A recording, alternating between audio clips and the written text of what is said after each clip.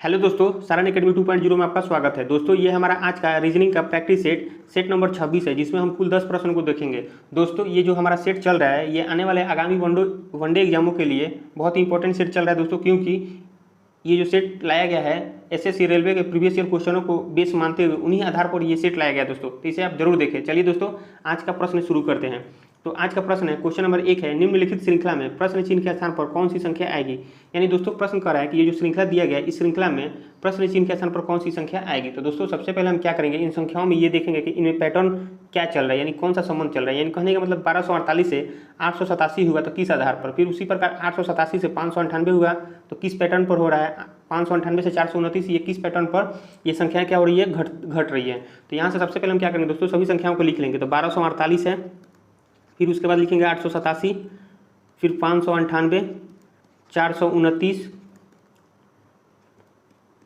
259, 234। तो दोस्तों यहाँ से आप देखिएगा 1248 और 887, यानी कि यहाँ से देखिएगा 1248 से छोटा है 887, तो कितना कम है यानी कि कितना छोटा है ये चेक करेंगे यहाँ से। तो देखिए दोस्तों 8 में से 7 गया तो 1, 4 में से 8 नहीं जाएगा तो हासिल लेंगे, 14 में से 8 गया तो 6, उसी प्रकार 11 में से 8 गया तो 3। यानी कि दोस्तों 1248 में से अगर हम 361 घटाते हैं तो कितना आएगा, 887। फिर उसी प्रकार ये 887 से 598 हुआ तो यहाँ देखेंगे कि कितने का अंतर है। तो 17 में से 8 गया तो 9, फिर यहाँ से 17 में से 9 गया, 17 में से 9 गया तो 8, फिर यहाँ से 7 में से 5 गया 2। यानी कि 887 में से अगर हम 289 घटाते हैं तो कितना आएगा, 598। फिर आगे हम चेक करेंगे दोस्तों, तो यहाँ 8 में से 9 गया, यानी कि 18 में से 9 जाएगा तो कितना होगा, 9। फिर 8 में से 2 गया 6 और 5 में से 4 गया 1, यानी 598 में से अगर हम 169 घटाते हैं तो कितना आएगा दोस्तों, 429। फिर आगे दोस्तों यहाँ से आप चेक करिएगा कि 259 और 234 है, तो यहाँ से आप देखेंगे इनमें कितने का अंतर है। तो 9 में से 4 गया 5 और 25 में से 23 गया तो कितना, 2, 25। तो दोस्तों इन्हीं के आधार पर हमें ये बताना है कि इस प्रश्न चिन्ह के स्थान पर कौन सी संख्या होगी। तो दोस्तों यहाँ से आप देखिएगा ये सभी संख्याएं आपको दिख रहा होगा, अगर गौर से आप देखिएगा क्या है, वर्ग है और किसका वर्ग है, यानी कि स्क्वायर है, किसका स्क्वायर है। तो देखिए 361 किसका स्क्वायर है, 361 है, 19 का स्क्वायर है। उसी प्रकार 289 किसका स्क्वायर है, तो 17 का स्क्वायर है दोस्तों। फिर आगे आप देखिएगा 169 किसका स्क्वायर है, तो 13 का स्क्वायर है। फिर उसी प्रकार यहाँ 25 है, तो 25 किसका स्क्वायर है दोस्तों, तो 5 का स्क्वायर है। तो यहाँ से आप देखिएगा 19, 17 और 13 और 5 ये सभी के सभी या तो विषम संख्या हम कह सकते हैं इन्हें, या अभाज्य संख्या। लेकिन हम चलिए चेक करते हैं कि ये विषम संख्या का पैटर्न चल रहा है या अभाज्य संख्या का। देखिए 19 से पहले विषम संख्या कौन सा आता है, 17, 17 से पहले 15 आता है, लेकिन यहाँ तो 13 दिया हुआ है, यानी कि विषम संख्या का पैटर्न नहीं चल रहा है, तो बचा अभाज्य संख्या ही। तो दोस्तों यहाँ से आप देखिएगा 19 से पहले 17 आता है और 17 से पहले अभाज्य संख्या कौन आता है, 13। फिर उसी प्रकार 13 से पहले अभाज्य संख्या कौन सा आता है, 11।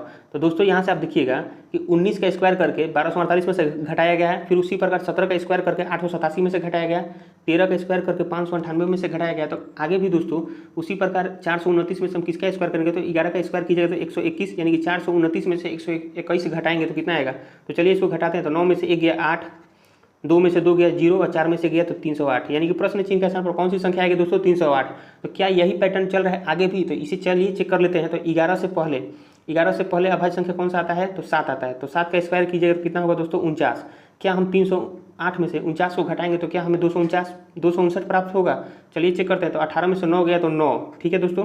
फिर उसी प्रकार 29 में से 4 गया तो 25, यानी कि सही है। फिर उसी प्रकार 7 से पहले अभाज्य संख्या कौन सा आता है, 5, और 5 का स्क्वायर 25 होता है। 259 में से 25 घटाएगा तो कितना आएगा, 234।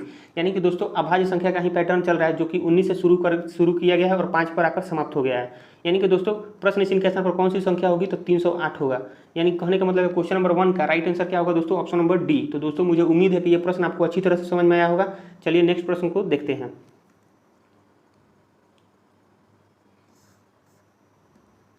क्वेश्चन नंबर 2 है, दिए गए विकल्पों में से उस अक्षर समूह का चयन कीजिए जो निम्नलिखित श्रृंखला में प्रश्न चिन्ह के स्थान पर आ सकता है।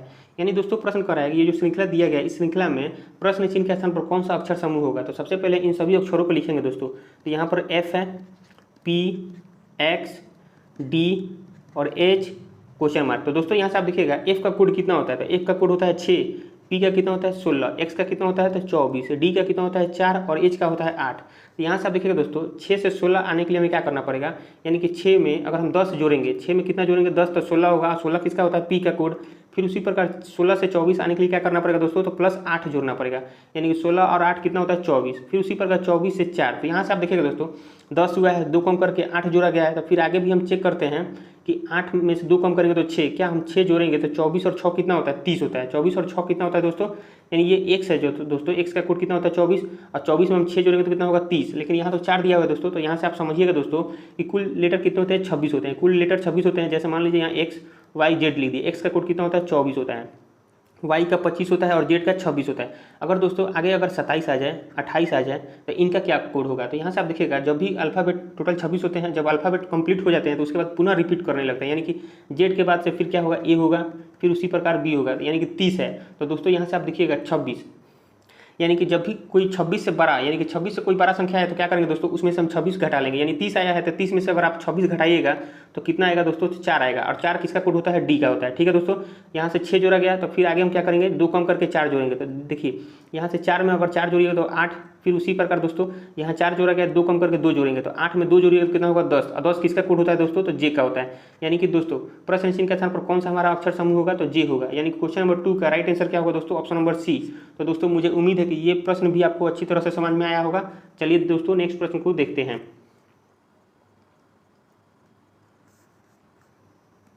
क्वेश्चन नंबर 3 है, नीचे दिए गए समीकरण को गणितीय रूप से सही बनाने के लिए किन दो चिन्हों को परस्पर बदलना चाहिए। यानी कि दोस्तों परस्पर बदलना चाहिए, यानी प्रश्न कर रहा है दोस्तों इनमें से 2 चिन्ह को परस्पर क्या करना है, बदलना है। यानी कि प्लस है और मान लीजिए डिवाइड को हमें बदलना हो तो डिवाइड का स्थान पर प्लस को रखेंगे और प्लस के स्थान पर डिवाइड रखेंगे। यानी दोस्तों ये 4 जो ऑप्शन दिया गया है, इन चारों ऑप्शन के आधार पर ही हमें ये निकालना है। तो देखिए जब भी ऐसा प्रश्न हो दोस्तों, तो ऐसे प्रश्न को हम ऑप्शन के द्वारा बनाते हैं। तो यहाँ से आप देखिए पहला ऑप्शन हम चेक करते हैं, माइनस और गुना को बदलना है। तो यहाँ से आप देखिएगा दोस्तों 26 है, माइनस की जगह हम गुना लेंगे और 13, प्लस कितना है 39, डिवाइड है यहाँ, तो डिवाइड है तो बट्टा में आ जाएगा दोस्तों 117, अब गुना की जगह हमें क्या लेना है, माइनस लेना है। तो माइनस कितना होगा 24। तो क्या हम ये सॉल्व करने के बाद क्या हमें 31 मिलेगा, तो चलिए इसको सॉल्व करते हैं। तो यहाँ से आप देखिएगा दोस्तों 13 से काटिएगा तो 13 तियाँ 39, 13 तियाँ 39 और 13 नवा 117, और 3 से काटिएगा तो 3 तियाँ 9, यानी कि 1/3। तो दोस्तों जब 1/3 आएगा तो ये पॉइंट में आएगा, लेकिन यहाँ तो जो संख्या दिया गया है पूरा कंप्लीट है 31 है। अब पॉइंट में इसको सॉल्व कीजिए तो आएगा, क्योंकि दोस्तों यहाँ 1/3 और 1/3 में से आप 24 घटाइएगा तो वो भी पॉइंट में ही आएगा दोस्तों। यानी कि ये आगे हमें सॉल्व करने के बाद आंसर जो इसका मिलेगा वो पॉइंट में मिलेगा, और यहाँ संख्या 31 पूरा है। तो यानी कि दोस्तों ये ऑप्शन हो नहीं सकता, इस ऑप्शन को ऐसे ही काट देंगे। फिर उसी प्रकार ऑप्शन नंबर बी चेक करेंगे तो यहाँ से देखिएगा दोस्तों यहाँ 26 दिया हुआ है। ठीक है, हमें क्या करना है, माइनस का स्थान पर प्लस और प्लस का स्थान पर माइनस लिखना है। तो यहाँ माइनस है तो दोस्तों यहाँ प्लस लिखेंगे। ठीक है, उसके बाद 13 है, फिर प्लस की जगह क्या लेना है दोस्तों, माइनस लेना है। फिर उसके बाद 39 है, डिवाइड है तो डिवाइड बट्टा में आ जाएगा दोस्तों, यानी 117। ठीक है, फिर उसी प्रकार गुना 24। चलिए इसको सॉल्व करते हैं। तो यहाँ से देखिएगा 13 से अगर हम भाग देते हैं, 13 तियाँ 39 और 13 नवा 117, फिर 3 से 3 तियाँ 9, इस 3 को काटिएगा तो 3 8 है 24। तो दोस्तों 26 और 13 कितना होता है, 39 होता है। 26 और 13 39, और यहाँ 8 है और यहाँ माइनस है, यानी कि -8। 39 में से हम 8 घटाएंगे तो कितना आएगा दोस्तों, 31। यानी कि दोस्तों ऑप्शन नंबर बी के यानी प्लस और माइनस को परस्पर बदलने पर हमें क्या मिल रहा है, 31। यानी कि यही ऑप्शन क्या होगा, इस क्वेश्चन का आंसर होगा। यानी क्वेश्चन नंबर 3 का राइट आंसर क्या होगा दोस्तों, ऑप्शन नंबर बी। चलिए दोस्तों नेक्स्ट प्रश्न को देखते हैं।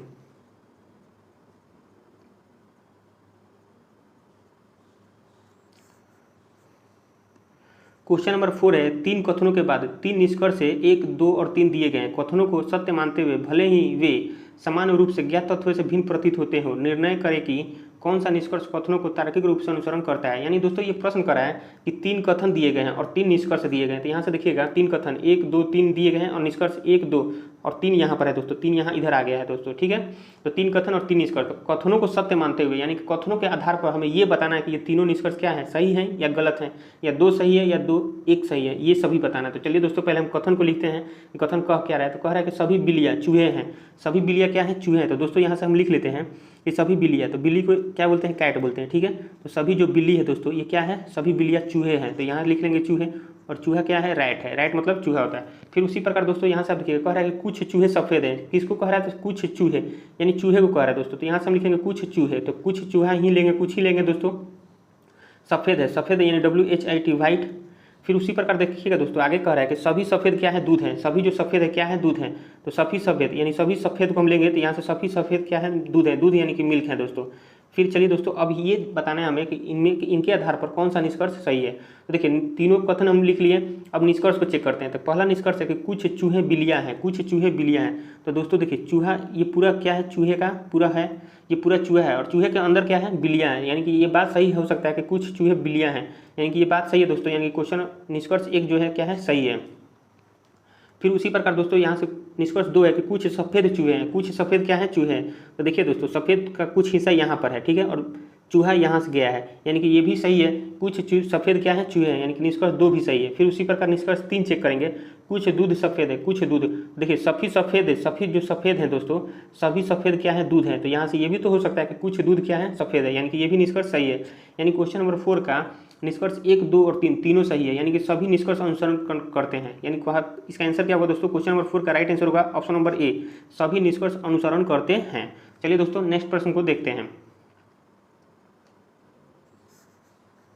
क्वेश्चन नंबर 5 है, उस समुच्चय का चयन करें जिसकी संख्याओं के बीच ठीक वही संबंध है जो संबंध नीचे समुच्चयों की संख्या में है। यानी कि दोस्तों कह रहा है ये जो संख्याओं के बीच जो संबंध है, इन दोनों संख्याओं के बीच जो संबंध है वही संबंध इन चारों ऑप्शन में से किसी न किसी एक संख्या में है, वही संख्या को हमें क्या करना है, वही समुच्चय को चुनना है। तो दोस्तों यहाँ से आप देखिएगा 8, 280 और 5 है, तो इनमें क्या संबंध है। तो देखिए दोस्तों यहाँ से अगर हम देखते हैं 8 में अगर हम 5 से मल्टीप्लाई करेंगे, अगर 8 में 5 से मल्टीप्लाई कीजिए तो कितना आएगा, 8 × 5 = 40 और 40 और 280 दिया गया। अगर हम 40 में 7 से मल्टीप्लाई करेंगे तो कितना होगा, 7 × 4 = 28 यानी 280, ये सही है।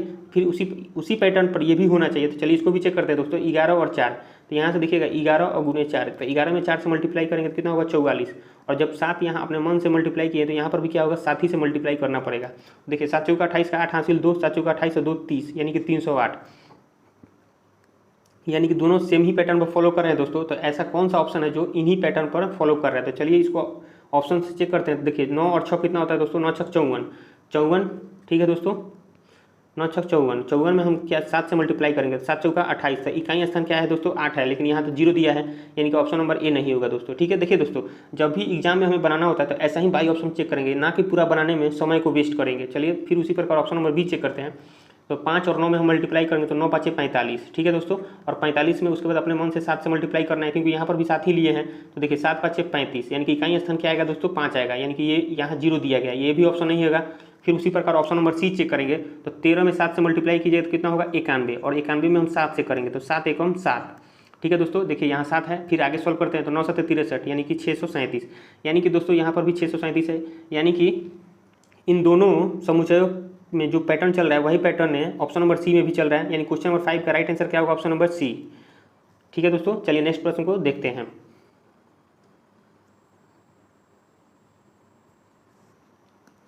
क्वेश्चन नंबर 6 है, उस विकल्प का चयन करें जो 5वें अक्षर समूह से उसी प्रकार संबंधित है जिस प्रकार दूसरा अक्षर समूह पहले अक्षर समूह से संबंधित है और चौथा अक्षर समूह तीसरे अक्षर समूह से संबंधित है। यानी दोस्तों प्लस कर रहा है कि प्रश्न कर रहा है दोस्तों कि दूसरा जो अक्षर समूह है पहले से जिस प्रकार संबंधित है और चौथा अक्षर समूह तीसरे से जिस प्रकार संबंधित है उसी प्रकार इस प्रश्न चिन्ह के स्थान पर कौन सा अक्षर समूह होगा जो 5वें से संबंधित होगा। तो यहाँ से आप देखिएगा दोस्तों, सबसे पहले हम ये देखेंगे इन दोनों में कौन सा पैटर्न चल रहा है, ठीक है दोस्तों। तो चलिए चेक करते हैं। तो यहाँ से देखिएगा कि सी का कोड कितना होता है, 2 होता है, और ओ का कितना होता है, 15 होता है, यू का 21 होता है, ठीक है दोस्तों। आर का कितना होता है, 18 होता है, और ए का 1 होता है, जी का 7 होता है और ई का 5 होता है।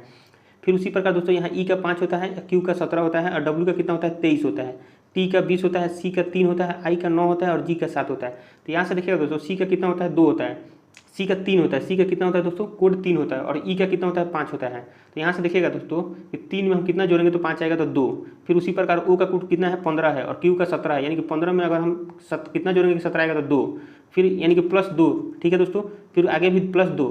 फिर यहाँ देखिएगा यू का कोड कितना होता है, 21, और डब्ल्यू का 23, यानी कि 21 में हम कितना जोड़ेंगे, 23 आएगा, तो यानी कि +2।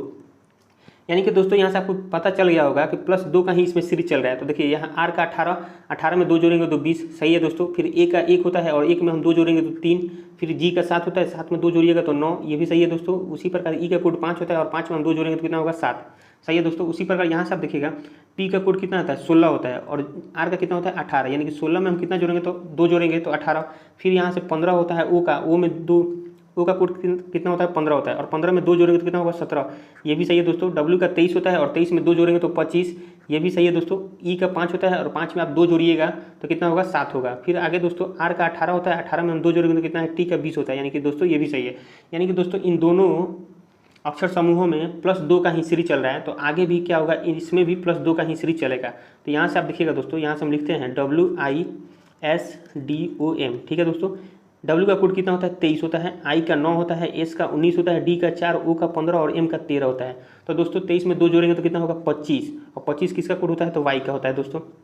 तो यहाँ से देखिएगा इन चारों ऑप्शन में से बस एक ही ऐसा लेटर है कि यहाँ वाई है, यानी कि हम यहाँ से ये भी कह सकते हैं कि क्वेश्चन नंबर 6 का राइट आंसर क्या होगा दोस्तों, ऑप्शन डी, ठीक है। लेकिन समय की बचत करने के लिए दोस्तों एग्जाम में आप ऐसे ही कीजिएगा। लेकिन चलिए हम पूरा सॉल्व करते हैं। आई का कोड 9 है, 9 में हम 2 जोड़ेंगे तो कितना होगा, 11, 11 किसका होता है दोस्तों, के का। एस का 19 होता है, 19 में हम 2 जोड़ेंगे तो 21, 21 किसका कोड होता है दोस्तों, यू का।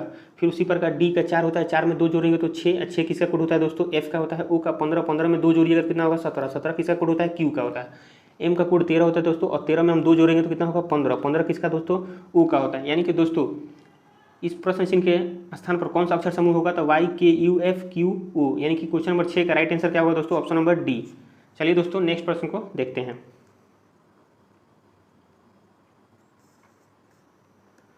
क्वेश्चन नंबर 7 है, 6 विद्यार्थी एक वृत्ताकार मेज के परितः मेज के केंद्र की ओर मुंह करके बैठे हैं। ए सी के बाईं ओर ठीक बगल में बैठा है, ई डी के दाईं ओर तीसरे स्थान पर बैठा है, डी सी के ठीक बगल में है, बी ई और एफ दोनों के ठीक बगल में बैठा है, ए के बाईं ओर दूसरे स्थान पर कौन बैठा है। तो दोस्तों चलिए इस प्रश्न को बनाते हैं। तो पहले देखिए दोस्तों, यहाँ कह रहा है कि 6 विद्यार्थी, कितने विद्यार्थी, 6 विद्यार्थी एक वृत्ताकार मेज के परितः केंद्र की ओर मुंह करके बैठे हैं। किधर मुंह करके, तो केंद्र की ओर मुंह करके बैठे हैं। तो सबसे पहले हम एक वृत्ताकार मेज बनाते हैं दोस्तों यहाँ से, ठीक है। और 6 व्यक्ति हैं तो 6 सीट यहाँ बैठाएंगे। तो 1 2 3 4 5 और 6, ठीक है दोस्तों। चलिए आगे देखते हैं। कह रहा है कि ए सी के बाईं ओर ठीक बगल में, सी के बाईं ओर, तो दोस्तों आप सी को कहीं भी बैठा सकते हैं। मान लीजिए हम यहीं पर सी को बैठाते हैं, ठीक है। कह रहा है कि ए जो है सी के बाईं ओर ठीक बगल में, ठीक बगल में दोस्तों यानी कि यहाँ पर बाईं ओर देखिए, जब भी कोई व्यक्ति केंद्र की ओर मुंह करके बैठता है तो उसका दाईं ओर इधर होगा और बाईं ओर किधर होगा दोस्तों, इधर। तो वही प्रश्न कर रहा है कि ए जो है सी के बाईं ओर ठीक बगल में, तो बाईं ओर यानी ठीक बगल में, तो यानी कि यहाँ सीट है दोस्तों, यानी कि ए को हम यहाँ बैठाएंगे। फिर आगे देखेंगे दोस्तों, ई डी के दाईं ओर तीसरे स्थान पर बैठा है, ई जो है डी के दाईं ओर, लेकिन डी को कहाँ बैठाना है ये तो यहाँ से क्लियर नहीं है दोस्तों। चलिए आगे देखते हैं। डी सी के ठीक बगल में है, डी कहाँ है, तो सी के ठीक बगल में। तो दोस्तों यहाँ देखिएगा सी है और सी के ठीक बगल में, या तो यहाँ बैठ सकता है या यहाँ। पहले से ए यहाँ बैठा है दोस्तों, तो एक ही सीट खाली है, यानी कि डी को हम यहीं बैठाएंगे। तो यहाँ से देखिए डी का स्थान मिल गया दोस्तों। तो आप यहाँ से ये देखिएगा, ई जो है डी के दाईं ओर तीसरे स्थान पर, डी के दाईं ओर, यानी दोस्तों डी केंद्र की ओर मुंह करके बैठा है, तो इसका दाईं ओर इधर होगा और तीसरा स्थान, तो एक स्थान ये हुआ, दूसरा स्थान ये हुआ और तीसरा स्थान ये हुआ, यानी कि ई कहाँ बैठेगा दोस्तों, तो यहाँ बैठेगा। फिर आगे आप देखिएगा तो बी ई और एफ के दोनों के ठीक बगल में बैठा है। तो ई जो है बी जो है बी ई और एफ के दोनों के ठीक बगल में बैठा है। तो बी जो है ई और एफ के बगल में कब होगा, जब बीच में बैठेगा, यानी कि दोस्तों 2 सीट है, तो यानी कि बी बीच में है, तो बी को यहाँ बैठाएंगे और एफ को यहाँ बैठाएंगे। अब आगे हम ये देखेंगे प्रश्न में पूछ क्या रहा है। तो देखिए कह रहा है प्रश्न में कि ए के बाईं ओर दूसरे स्थान पर कौन बैठा है। तो ए के बाईं ओर, तो दोस्तों यहाँ ए का बाईं ओर को इधर होगा, इधर होगा, तो ए के बाईं ओर दूसरे स्थान पर, तो एक स्थान ये हुआ, दूसरा स्थान ये हुआ, दूसरा स्थान पर कौन है, तो बी है। यानी क्वेश्चन नंबर 7 का राइट आंसर क्या होगा, ऑप्शन नंबर डी। तो दोस्तों मुझे उम्मीद है कि यह प्रश्न भी आपको अच्छी तरह से समझ में आया होगा। चलिए नेक्स्ट प्रश्न को देखते हैं।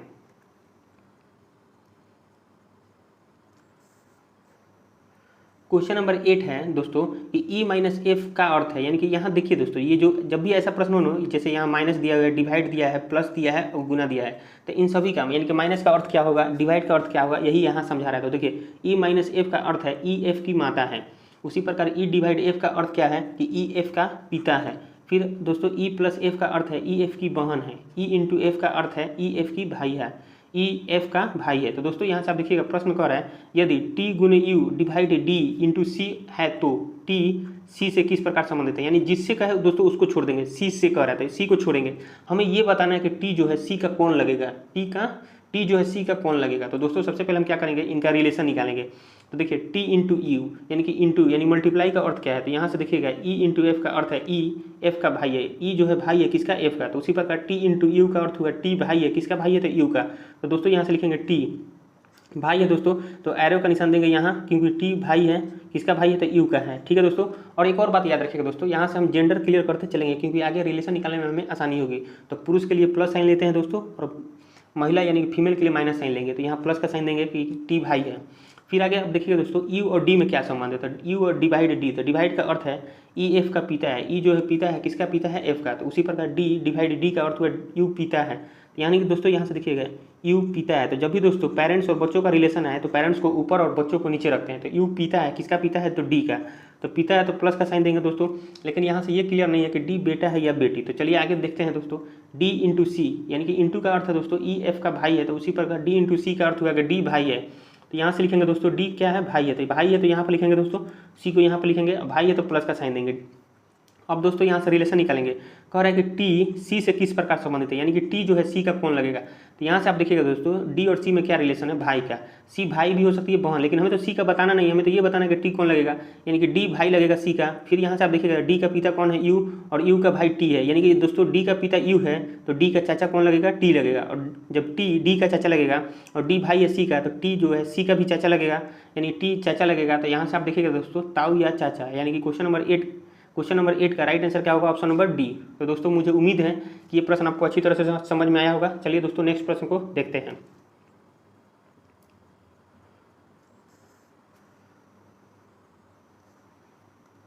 क्वेश्चन नंबर 9 है, निम्नलिखित विकल्पों में से उस उत्तर आकृति का चयन करें जिसमें नीचे दी गई प्रश्न आकृति निहित है। यानी कि दोस्तों कह रहा है ये जो आकृति दिया गया है दोस्तों, इस आकृति में इन चारों ऑप्शन में से किसी न किसी में ये आकृति क्या है? निहित है।